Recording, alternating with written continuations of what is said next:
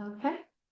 So we're Mentor Virginia. Our mission really is just to empower young people and to ensure that every young person who wants a trained mentor has one.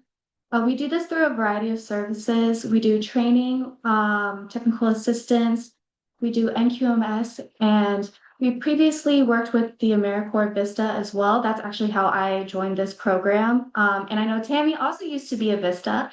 And on top of previously being a Vista, she is a trainer and a TA at Mentor Virginia, so she really does it all. So I'll go ahead and give you a little bit more of an intro. She's the founder and CEO of Real Girls, which is a nonprofit organization to provide safe spaces for girls to foster healthy relationships, develop leadership and workforce readiness skills, and believe in their greatness. And if you're not already following their social media, I definitely recommend you do after today. She's definitely one of the um, best I've seen in the nonprofit industry. I feel like you really have it nailed down, so I'm excited to talk about that more with you. And then Tammy, I'll give you a chance to introduce yourself before we like hop into some of the questions.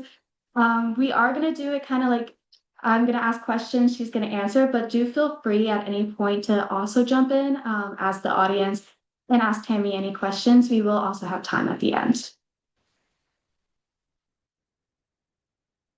Okay, take it away, Tammy. All right, good morning, everyone. Thank you for the introduction. Thank you for allowing me to be here back with Mentor Virginia. As Emma explained, I'm actually an AmeriCorps member, not AmeriCorps Vista, AmeriCorps member. I am the founder of Real Girls. Real Girls are responsible, empowered, and loved. We say our girls are responsible for their actions in their homes and communities. They're empowered to use their voices. And then we say they're not only loved by their immediate family, but now they're loved by the Real Girls family. We are actually right now in the middle of our summer experience. We have two programs going on right now. My team is handling that. So summer experience is almost like a summer camp, but we do not call it a camp. We call it an experience because we believe every time a girl comes in there, they're going to experience something different or something new with us. We also have our Summer Works program, which is a workforce development program where we are contracted with the city of Richmond. So we have 27 high school students and high school graduates through that program that are actually on the city of Richmond payroll. So they are getting paid through the city of Richmond to be a part of our program. And through this one, they are, again, experiencing workforce readiness. They're doing resume building, public speaking, getting out of their comfort zone. So when they are ready to enter the real workforce, they have all of those skills. I believe I am here talking about social media presence, and I think it was only one person had their hand up for social media. Was there anyone else that I have missed saying that they handled their organization's social media pages? And you could just talk, just so I could hear if you do handle your social media pages, yeah, page, any of the pages, Instagram. Yes, we are City of Richmond Office of Youth Engagement Services, and it's been good. um, if you handle a Facebook page, any Facebook page, Instagram pages, um, that's what we're going to be talking about. So I don't know if you want to take it away, Emma, and then I'll get back into the people. Yeah, one of the things Okay. I want to start by talking about is where do you even start when you're building out a brand for your organization? So I would say that I cheated a little bit on mine because I used to be a youth program director for a nonprofit organization in Richmond. And under that leadership, I was actually started as an AmeriCorps member. And then after my service was over, I left and went to a domestic violence agency because that's another thing that's part of my job. That's what I do. I work with intimate partner violence. And while I was there, they asked me to come back and develop their youth program. So at the time, they were only reaching about 6 youth per academic year. And I was there for about 7 years. And by the time of the end of the seventh year, we were reaching 500 youth per academic year. So with that, I kind of had a name inside of Richmond anyway with youth development, youth programming. So when I started Real Girls, that's why I say I cheated a little bit because everybody kind of knew who I was. However, I still had to develop Real Girls. I still had to become Real Girls, Miss Tammy for Real Girls, not Miss Tammy for the organization that I was in. And that comes with a lot of networking. a lot of being present. And a lot of time people do not want to talk. They do not want to be on social media. They don't want to have a presence. However, no one's going to know you if you do not step out your comfort zone. And that's exactly what we're doing with our girls, actually to the step out of their comfort zone. Yeah, that's a great point. We all kind of have a network. Sometimes it's embarrassing to ask, but you have to be like, well, I'm starting this Instagram page. Really would appreciate the follow. Um, Yes. I don't how do even you, have cards. I would say that, like when I'm out now and people say, "Do you have a card?" And I say, "Oh no, do you have an Instagram page?" Like here, just follow us on Instagram page, and there is a link on your Instagram page that you could just tell somebody to follow you that way, and that's how they follow us. But again, it really just because people don't want to follow your Instagram page if they don't even know you. Right. So again, stepping out your comfort zone and going saying, "Hi, my name is Tammy. What do you do?" I do have my shirt on today. I don't know if anyone is seeing that my Real Girl shirt on today. It's always a talking piece. If you are part of an organization, branding is everything. We have bags with Real Girls on it. We have shirts with Real Girls on it. We have bonnets with Real Girls on it. And we tell all of our girls in our program to wear our stuff. So it's always a talking piece. yeah, and how do you create a message that supports your organizational brand? So our we have a chant. We have a chant, and we say as so it's like when I say we are, you say responsible, and then everyone says responsible. When I say we are, you say empowered, everyone says empowered. When I say we are, you say love, all our girls say love. And then we do who are we? And then when we say who are we, everyone in the room says real girls. So that's kind of like our tag, even if sometimes we put on social media is usually say who are we? And even if I walk into a room with the girls, all I have to say is, "Who are we?" And they're automatically going to say, "Real girls." And they're going to scream it to the top of their lungs. So whoever is in the vicinity know that who we are. Yeah, I like that because I feel like a lot of times when you're talking about like vision and mission, there's not really an easy way to bring that up in conversation, but you kind of really just put it right there in the name, which I really like. Mhm. And it's also super recognizable. Um, so what do you do once you have your brand and your message? I want to go back also and say youth voice is very important. I know that we are working, we're all in the mentoring organization and we're all in the mentoring space. I would say youth voice is very, very important. And I know, we're talking about me and the branding. However, my program would not be able to develop or grow without our girls. We are in the middle of our summer program right now. We're hosting over 50 girls, which our summer program started 5 years ago when we had 17.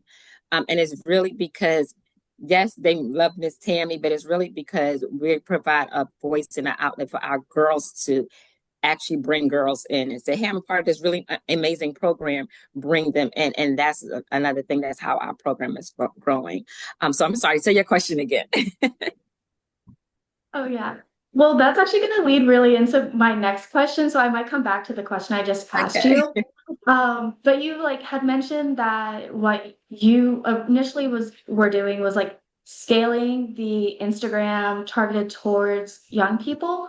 How do you identify who your audience is and leveraging that platform? And then also, what kind of content usually makes sense as far as like scaling? Because it sounds like you and the youth kind of collaborate together, which I think is really interesting. Yes. So my target audience actually is both parents and youth. Because if sometimes a parent will call and say, "Hey, I want my girl be a part of your program. They don't have any friends. We just moved to this area. They don't know anyone. And I saw you on Instagram or Facebook. Well, parents mostly on Facebook. I saw you on on Facebook, and I wanted to get my daughter inside the program." However, we know that young people, they don't necessarily want to get into something that they don't know anyone. So it's the parents saying, "Just go into this program." So when I'm having a conversation with the parent, I say, "Hey, could you tell them to look at our Instagram page?" Because I know that you're telling them to come here, but they're looking at it a parent view saying, "You just want me to go to this program. I don't know these girls." But if you show them our Instagram page, then they'll see some of the fun things that we're doing. And that's what grabs them grab them in. And they also see people that look like them doing actual activities. We don't do a lot of AI stuff on there. I know that AI is like the big thing right now. However, we want to see real human interaction. We want our girls' faces on there. When our girls come into the program, we tell them, hey, we're going to take pictures all the time. They have to sign a media release and stuff because your beautiful faces are going to be on our Instagram page. And I also tell them what I just told you. Everyone's not coming to see Miss Tammy. They're coming to see you. You are the faces of real girls. And that kind of helps them. We also ask them to create content for us. We ask them to create content for us. We've gotten so good at it that we have other organizations asking us to create content for them as well. We have a mental health organization that came in on Monday and asked us to create content. So that's their projects for this week is creating 10 different content. Also later on this summer, we have a food pantry that's asking us to create content for them. So we're going to be doing that for them. So I think that's when it's coming to scaling is not just limiting to what's on our page. It's also showing what's on other people's pages and collaborating with other people. So if you came on to say, Emma, you came on to talk to real girls, it's just not going to be on your page. It's going to be on Real Girls page and Mentor Virginia page so we can show that collaborating, which also increases your engagement and also increases your views. Yeah, that's really awesome. And like before we hop in, actually, you did bring up one thing I want to bring up, and then maybe I'll circle back to some of that as well. Um, what do you do? I like that you brought up AI. Like, as the landscape of social media is changing, like, how do you keep up with it? Like, how do you draw your boundaries with what you want to do? Can you talk a little bit more about that? Since I know, like, TikTok kind of came in recently as well. Like, what does that look like for you? Yes. So I have nothing against AI. My son actually just entered his master's program, and that's his concentration on AI. So I am for it. However, with our page, I want to show our authentic self. I want to show what our girls look like. And we could definitely put up a poster with like all the AI graphics that everyone has and all of that stuff, but it's not actually showing the girls doing anything. And I think that's what makes us a little bit different and unique because you're seeing our girls. And I don't know if you want to pull up like some of our page right now. You're seeing our girls interacting and doing things. And I believe like AI takes a little bit of just the realness from it, and we are real girls. It takes away. So you'll see. I'm not sure if you're able to click on anything. Are you able to click on Let me see if it will share this. that one's a little bit lagging.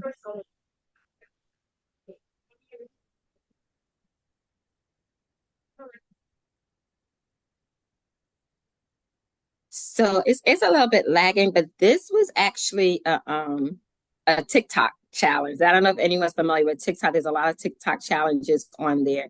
And this one we take a retreat every year to Virginia Beach, and we decided to do one of the TikToks, and it just said, "Hey, I'm a real girls," and it had each one of the girls say their name and tell them what they do. So one would say, "Hey, I'm a real girls, and I'm an entrepreneur.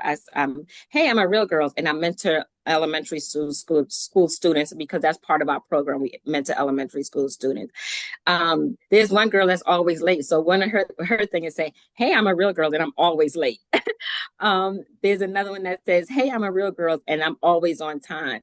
So it just brings out a little bit of their personality, which AI is not going to capture. I feel like that way without them, it could capture their face and maybe even some of their voices. But however, it's just so much better when we capture them authentically. That's part of our summer program. And if you go down where you said the name game, I don't know if the name game is going to be able to pull up. Okay, could you hear the volume? I can't hear the volume.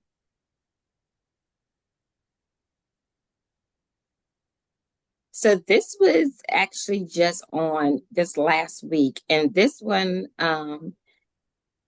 We did an icebreaker because we have a couple of girls that's new to the program. This is the high school program, and we wanted to remember names because again, Miss Tammy is terrible at remembering names. So one of our instructors created a game, and they are all saying their names, but while they're saying their name, they're doing a little dance. And this social media, I think, had almost 2,000 views or almost 2,000 views, and I just shared that on Wednesday. So that from those views, I think we got maybe like two additional followers. I do want to say also that your followers and your reach is not the same. And some people get confused and say, I only like we really only have 2,000 followers, but our reach sometimes reaches like 50K. So your reach and your followers are two different things. So don't get caught up on how many people that you're actually following you. Be be concerned about your reach because your reach is going to be to that person that you don't know. We've been on the news several times. We've had news reach out to us and say, "Hey, I've seen you. Can you come on?" And last spring, our girls did. I'm not sure if anybody heard about the team takeovers that's been happening all over. I mean, so team takeovers is a bunch of teams that get together and they say they're going to congregate in the area. And recently, it's been a lot of teams, like thousands of teams that's been going into the area. However, sometimes it has not always been peaceful. So Channel 8 News reached out to us and said, "Hey, could we interview some of your girls because we want to talk to them about the team takeover?" And four of our girls went on the news and had a 30-minute segment just on talking about the team takeover and what does it mean and how it's promoting and things like that. So again, we only have 2,000 followers, but our reach has gone so far that now we don't even promote our programs. I don't need to promote the program. News constantly reach out to us and people are asking us to do their social media content. Yeah, that also, I have a question just about like different forms of content and like how to get involved with that and also like kind of like what it takes to partake in that. Because I know you also have been a part of a couple of podcasts as well. Yes, yes. Again, people reach out to me. I had a radio show for about 4 years also, like doing the domestic violence part of it. And again, it's really just putting yourself out there. I tell everybody, everything is content. When I walk in the door of the program, my phone is already out and I'm snapping pictures. No matter what they're doing, I'm snapping pictures to the point they'll say, "Miss Tammy, like, stop taking pictures." But then at the end, when they see the finished project, they're like, "Oh my gosh, Miss Tammy, you did such an amazing job." So everything that you do, we had the city of Richmond came in last week and welcome our girls in. So I just put the post up this morning. And I've got the CAO and I've got the whole city of Richmond team coming in and giving out the swag bag. So as soon as they got out their cars, I already had my phone out and took videos and footage of them walking in the door, meeting our girls. So that's another way. And I also added them as a collaborator so we could get the cross engagement. Yeah, I was curious about like we've talked a little bit about the youth engagement. How has that looked for you? Have people been shy or is it like most people just are ready to jump in, like the young people kind of just love it? It really depends. I would say there's several girl organizations in the area, as you know, we're partnered with many of them. However, every girl organization has their own niche, and our girl organization is known as the hype girl organization. If you come into our space, it's loud. We were at the Boys and Girls Club for several years, and we were the loudest ones in there, even with the boys and everyone in there. We're just loud. So most of the girls that come into the program or that we attract are most of the girls that are extroverted. I'm not saying that we don't have some girls that are introverted. We do come in, but by the time they leave us, they're a little bit more out of their comfort zone. So I would say that and no, everyone doesn't want to do content. Some of them would say, "No, I don't want to have my face on camera," or "I don't mind recording, but I don't want to speak." But I would say that youth engagement is very, very important. They're the ones that's going to drive your program.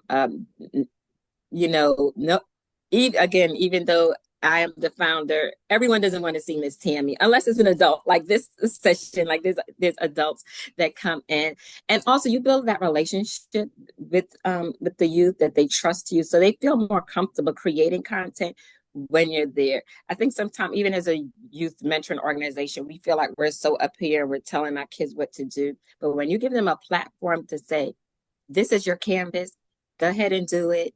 There's no mistakes. If you mess up or if it doesn't go the way you wanted to do, we're just going to try it again. And that's it. Like nobody knows what it's supposed to be until us, right? The final project, like you're not seeing the bloopers and everything until it gets to that point. I am gonna open the floor to Q&A if anyone has any questions, but if not, I have more questions for you as well. Anyone has questions, shoot away. I am here.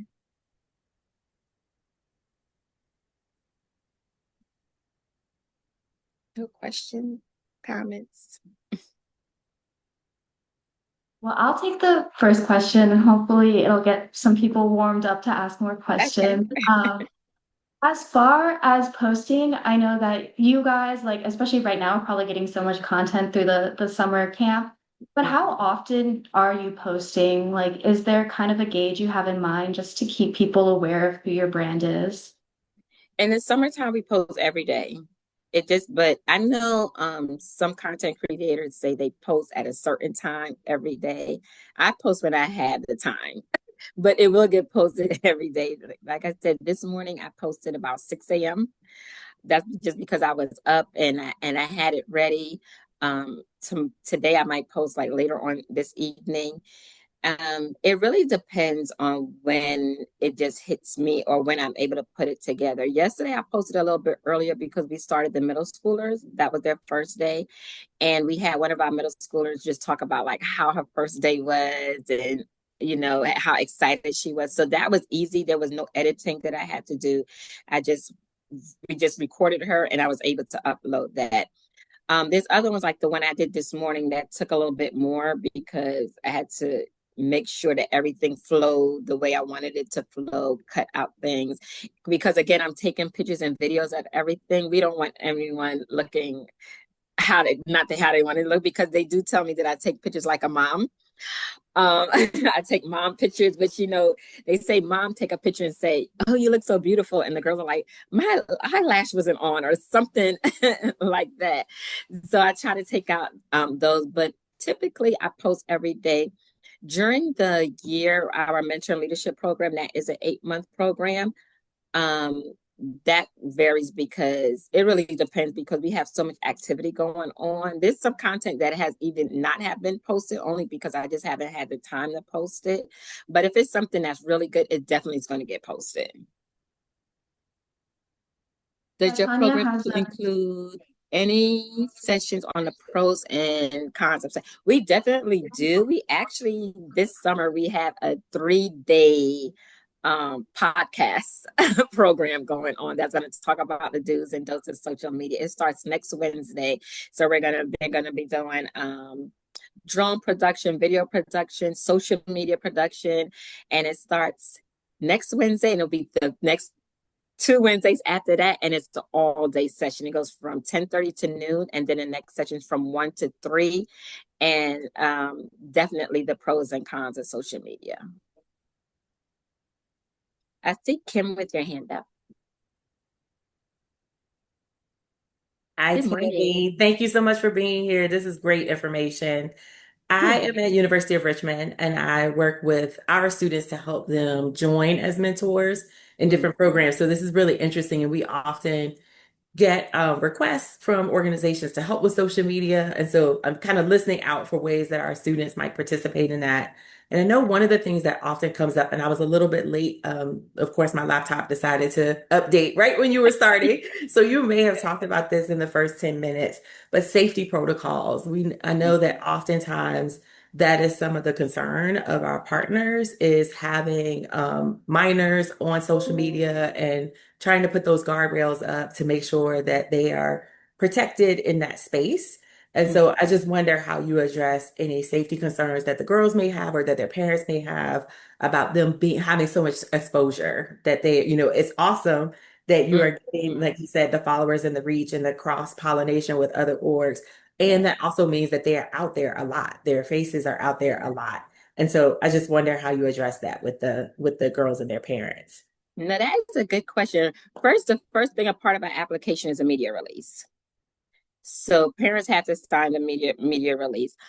And then even if this parent sent, we hardly have any parents that said they do not want their child on social media. However, if we're doing something and a girl says, I don't want my face shown, we respect that. We're not going to show their face. And also we could do the back of their heads so you can still get content with the back of their heads with, doing stuff. But most of the time we have not had anyone say no. However, because those same girls that show on social media, those are the ones that get picked to be on the news. So it's even giving them more exposure. We've had our parents follow our social media pages. They share our social media pages. So the exposure for them, I think, is beyond that, thinking that they're going to be exposed in a negative way. The exposure for them is, oh, my daughter was just on Channel 6 News. Let me show people to be a part of their portfolio or their package when they're going to high school, because sometimes they need to get, they're trying to be accepted into a specialty school or even college, showing that they're public speaking or something like that. So we have not had any issues with that, actually. Thank you. And thank you for the good work you're doing. Oh, thank you. Thank you. That was a good question, though. Any other questions? But definitely media releases. And we do media releases for ourselves, and our funders access for media releases as well. We do Next Up RVA. I'm not sure if any of you heard, that's like one of our biggest funders. We have to have media releases on file for them as well. The other thing that we do, none of our staff are allowed to follow any girls on social media. None of our staff are allowed to give out their social media information to any of our girls. They're not allowed to give out their personal telephone number. If the girls are to follow, they're supposed to follow real girls. They're not going to follow Miss Tammy or anyone else on there. Even if they send me a friend request, I do not accept it. And I do get that from them saying, Miss Tammy, you didn't follow me. And I said, because one is professional boundaries that I'm not going to follow you. And then two, because I've known some of them so long, I feel like I'm going to get into mommy mode and say, what are you doing on there? So we don't follow them. They're not allowed to follow us. If they need to reach us, again, they only are able to reach us through Real Girls. No one gives out their personal cell phone or anything like that.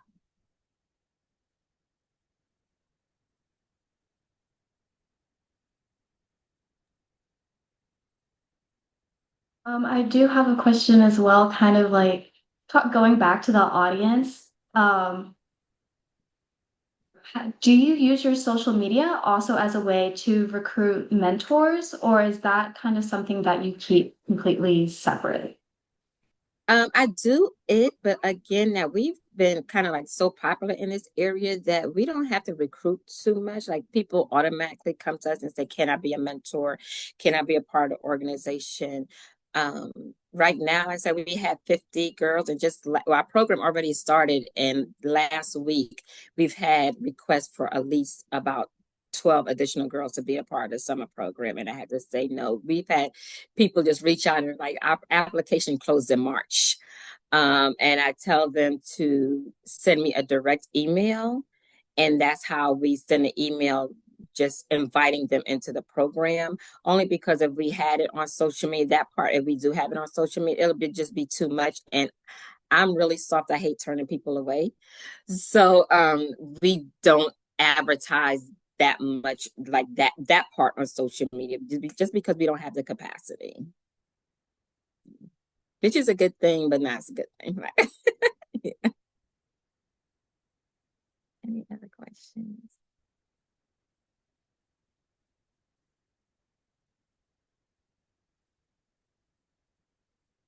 I would ask anybody, like, what platform do you feel like you get the most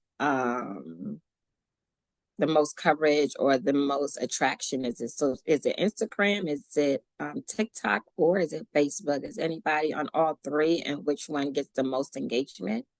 And why do you think that you get the most engagement on those platforms? Does anyone want to answer that? No. Sarah said that she does programming on her Instagram page. So I don't know if you would be able to answer that, Sarah.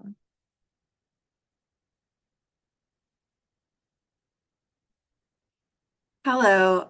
I'm I'm relatively new in my role at the Okay. Campagna Center, Okay. and I've just been recently, there's some other personnel changes, so I think I'm just temporarily in charge of doing, Okay. we do our recruitment efforts and announcements over social media, so looking for any tips about like scheduling your posts, are certain times of day better, are certain days of the week better, because we also have, limited capacity for Right. focus on social media. Right. And I don't think people realize like how much a job it is.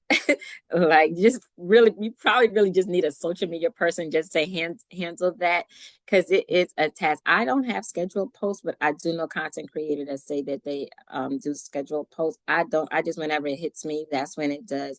And if it's a time that I'm on vacation and I don't post for a week, I just don't post for a week. And I think that's with nonprofit organization, especially small nonprofit organization. I would say post when you can. If you feel like there's something that is high engagement, even if you don't have time to post it, share in your story. And I'm hoping that everybody knows what their story is, that you just go ahead and hit that button and it goes right into a story. That even though your story only is shared with the people that follow you, they may share it with someone else. However, I post in a story every single day, and sometimes multiple times a day. If you do not have content for that day or that week, but you could go into your story and it says, you could go into your file and it'll say, this would happen a year ago. Share that. Like I share memories in our story all the time. I'm like, this would happen on what's today, June 8th, 2005. And I'll share that in the story just so that you could keep the engagement, because Instagram, Facebook, TikTok is always looking for constant engagement. So even if you don't have an actual post, I would say share in your story. And I will definitely follow you all. And I would also say to anybody that just wants to partner with Real Girls just to help maybe with your engagement, shout out to me or reach out to me and we could see what we could do to help. Again, we have several people that come and say, we need to boost our social media engagement. Can your girls come and volunteer? Or we do some kind of bartering system just to help people increase their social media engagement. But again, everything is content, every single thing. Even if you have a student just writing something on a piece of paper, you can have a caption and say, look how our students is engaged in whatever topic you're talking about that day. And they don't even have to show their face. They could be down, they could just be writing, and you could have a caption on top of it. And that's social media content, because sometimes it doesn't have to be anything grand. It doesn't have to be a reel. It could be just something really, really simple that increases your engagement. And again, you never know who is going to reach. My hope is that every time our stuff goes out, it's going to reach somebody that is potentially going to give us some money, give us funding. This year also, I was a runner up for to 2026 Central Virginia Most Remarkable Woman. So all of those things that we do kind of just goes into our social media content.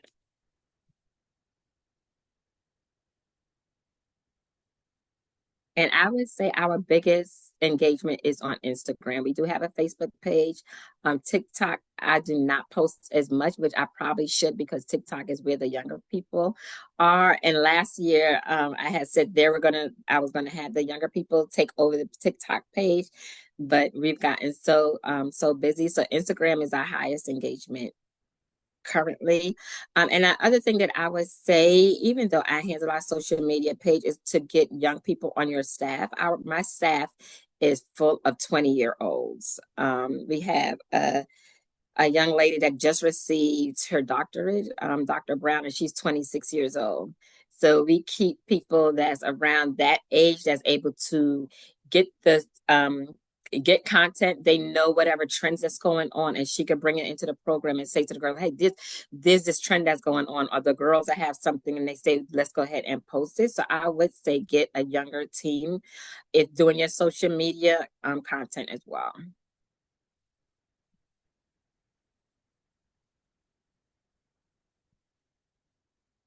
Any additional questions, comments? Hi, Tammy. This is Cindy Montalvo from Mentor Virginia. Hi, good morning. Yeah, I just want to say, you asked a question about which social media channel has more engagement for us in Mentor Virginia. We found out we have an older audience, so it's between the 30s and the 40s, and mainly our audience is female or woman in that range of age. So our most significant social media, the one has more engagement is Facebook and LinkedIn, which is like it's not surprising, but it's kind of surprising because Facebook is one of the oldest social media out there, if not the oldest. And I had Facebook since 2009, so a lot of the young people that follow you or that you serve were not even born in that year. So, but the most surprising thing for us as well was that we found out that LinkedIn, there's a lot of people.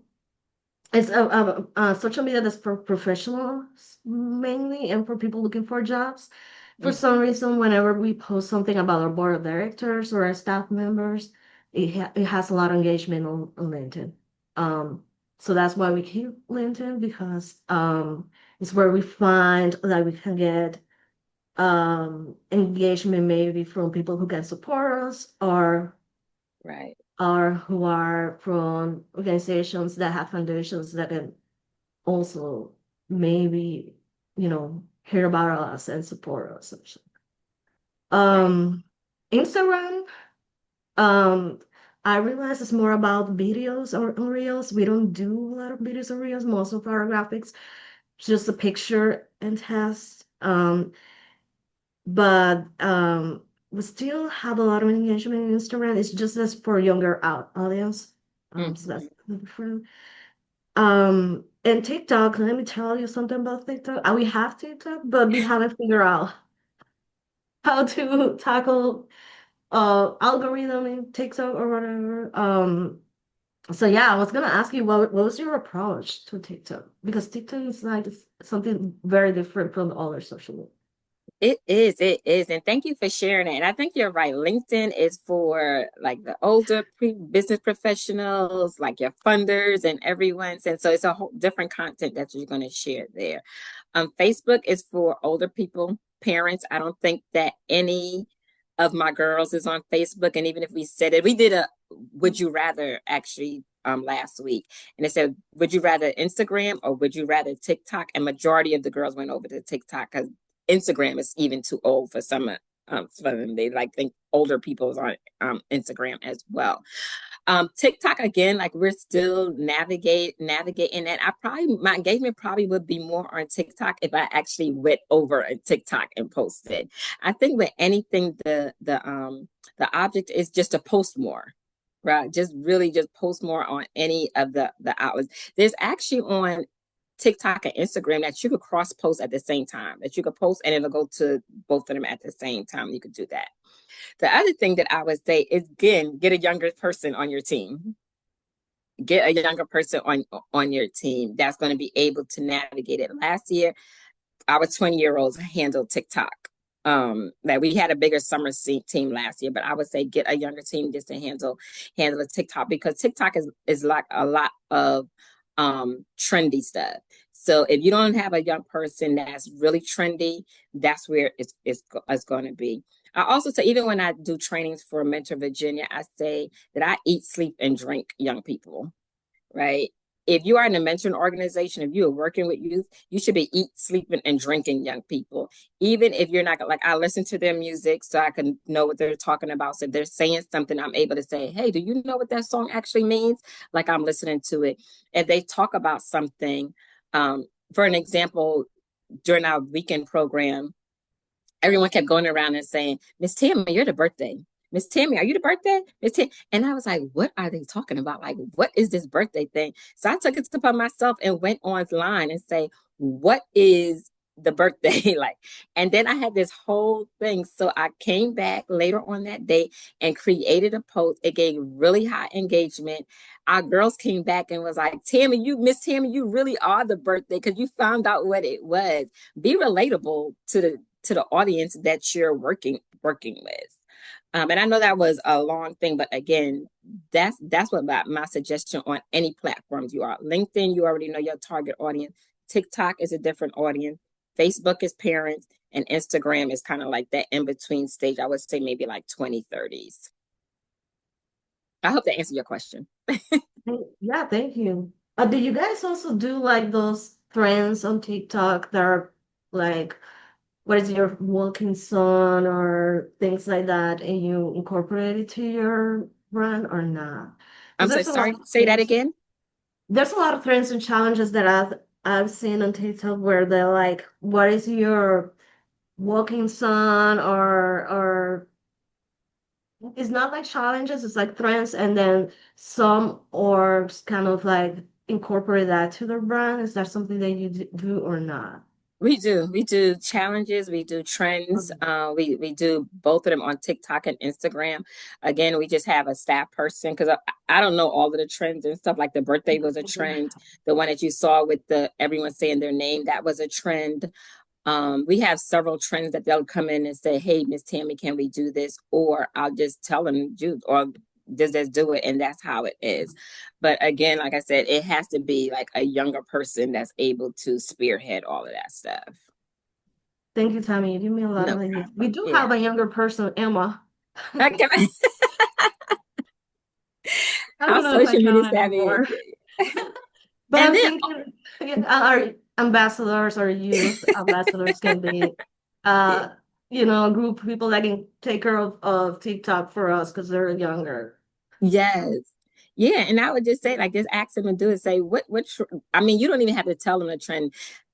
Young people do TikTok all day long without you even asking. So sometimes they're doing TikTok, like, and they're just in a space in our building. And I just go over with my phone and just record them. And that's just it. And also the other thing that I tell them, if they have on Real Girls, they have to do everything that's age appropriate, right? Because there's a lot of things on TikTok that's not age appropriate or that's not good for our brand. So if they have on Real Girls and they're doing a TikTok, they have to know that it's very clean, that's age appropriate. One, because Miss Tammy is not going to be happy with them. And then two, again, it's our brands. We take them to King's Dominion, Busch Gardens. We go anywhere. If they have a Real Girls shirt on, they know that they have to act accordingly. And there's people that we actually, one time we were at King's Dominion and somebody stopped us and say, hey, I see you all on TikTok. How can my sister be a part of your program? So branding and social media is just not on social media. If you are your brand, you are the brand of the organization. So if you're not going out with either something on or sharing, why would people want to follow you anyway on Instagram? Right. If they don't even haven't heard about you or even know what you're doing, why would they want to? Thank you again, Tammy. You're welcome. Bye, Allison.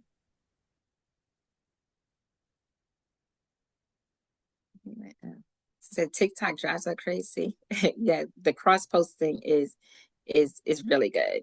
And then another thing that we say, like, I haven't seen Mentor Virginia page or Instagram or whatever. And Cindy, I'm not sure if you're the one that's the Instagram person, but again, your profile, how does it look on social media? Does it look like it's attractive? Those are something that we need to think about. If you look at is everything uniform? Is everything like in the Instagram posts, when I'm posting something, especially when it's a reel, to make sure that the profile picture, that it looks uniform with everything else. That is just that I just didn't post it in there. So those are all the things that attract people as well. Make sure that everything looks uniform. Maybe even have something on there, or even something as simple, just going on there and say, hey, my name is Emma and I am with Mentor Virginia.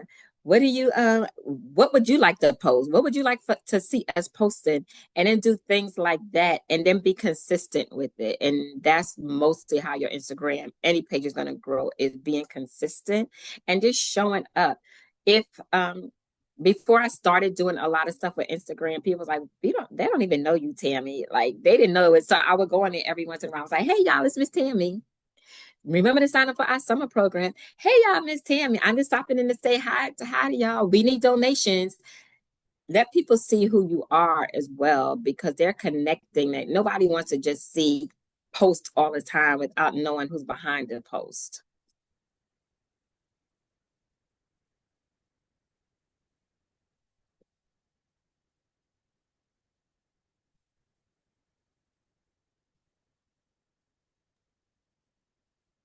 We do have time for a few more questions, but I do also want to plug, I put a survey in the chat for people just to let us know if like what you took away from the session and also what you'd like to hear about a little bit in the future.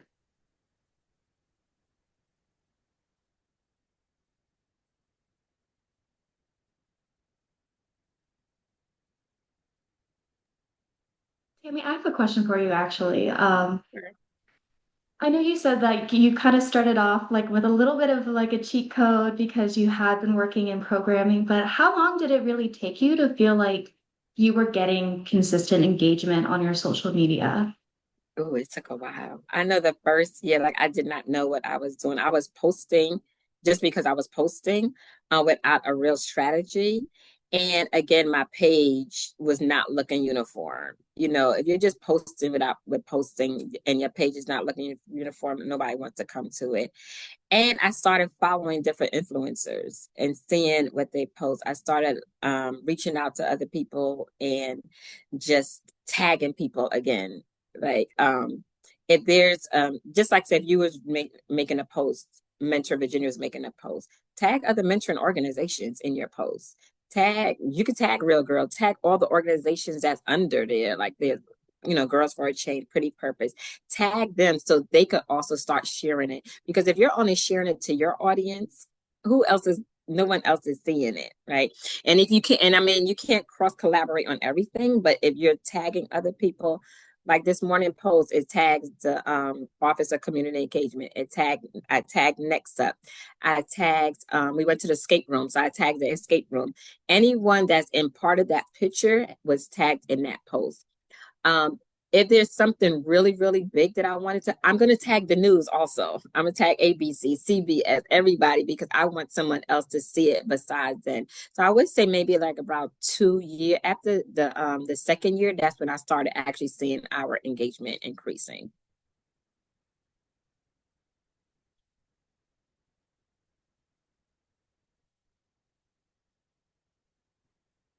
And even like, I would say even like these coffee hours, every mentoring organization that tag. And I think there's only a certain amount that you could tag. However, I know we have email distribution. I would say, what is your click rate in the email, right? Like how much people are actually opening the email and doing it. It is on a Wednesday morning, so how many people are able to really attend? But I would still tag them and see, because maybe they could send someone else in it, or maybe they'll be able to share and even share this post. Can you do you mind sharing this post? There's just so many different things that you could get more engagement on your platforms.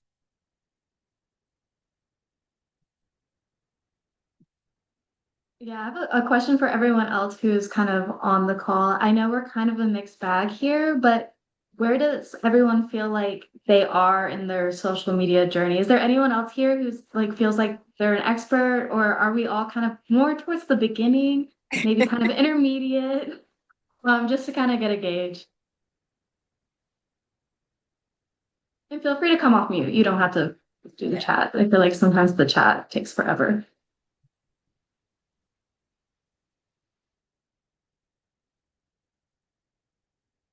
Hey, good morning, everybody. Good morning.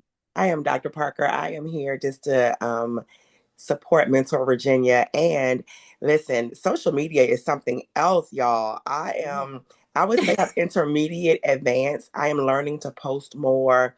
And like you said, a video goes a long way. And I'm so glad you explained the difference between followers and your reach. Thank you for that because I didn't really understand that till today. So, so I thank you for that little, it's always at the bottom of the screen how many people you've reached or, and I'm like, what is that? So I appreciate that. But Yeah. I would say people get it caught is up in tough saying, I need being more followers. consistent. I think that's the thing. Mm-hmm. Yeah. Yeah, it's a lot of work, but I appreciate you for all that you're doing because it makes a difference. I know this is my first time hearing about your organization, so I'm grateful to Mentor Virginia for having this coffee hour. So I'm gonna follow you on everything so I can learn more about your organization. Thank you. Thank you. Thank you for sharing that. And I think you're right. I think so people get caught up in followers and saying, I don't have all these followers. But again, some of your followers may be bots and Instagram is going to tag them and delete them anyway. So I would not be too concerned about your followers, but your reach. I had one girl one time that she had on a Real Girl shirt and went to buy a dozen cupcakes. And someone said, Are you a Real Girls? And she said, Yes. He said, I saw you on the news, and gave her like 15% off her cupcake batch. So again, you are your brand, right? Anything that you wear, anything that you show, again, like your reach means so much more than how many followers that you have. And your reach may meet someone like in Maryland. Like I had someone the other day I seen in Maryland. She said, I think I heard of your organization, and she's in Maryland.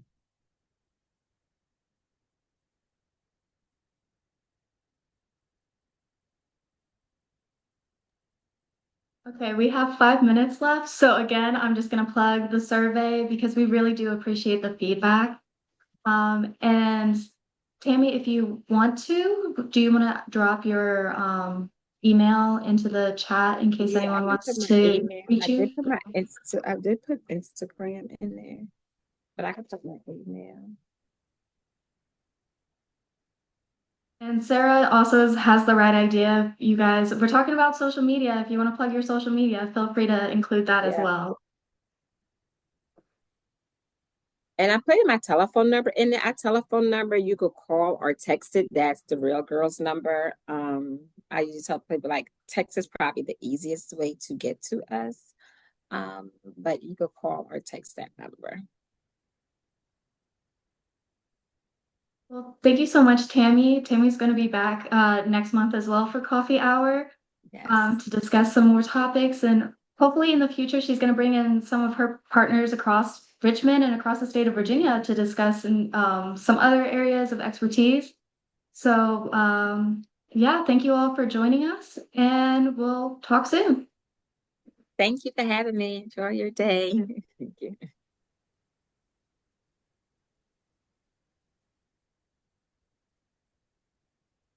Okay, I know Podium. I have to follow some.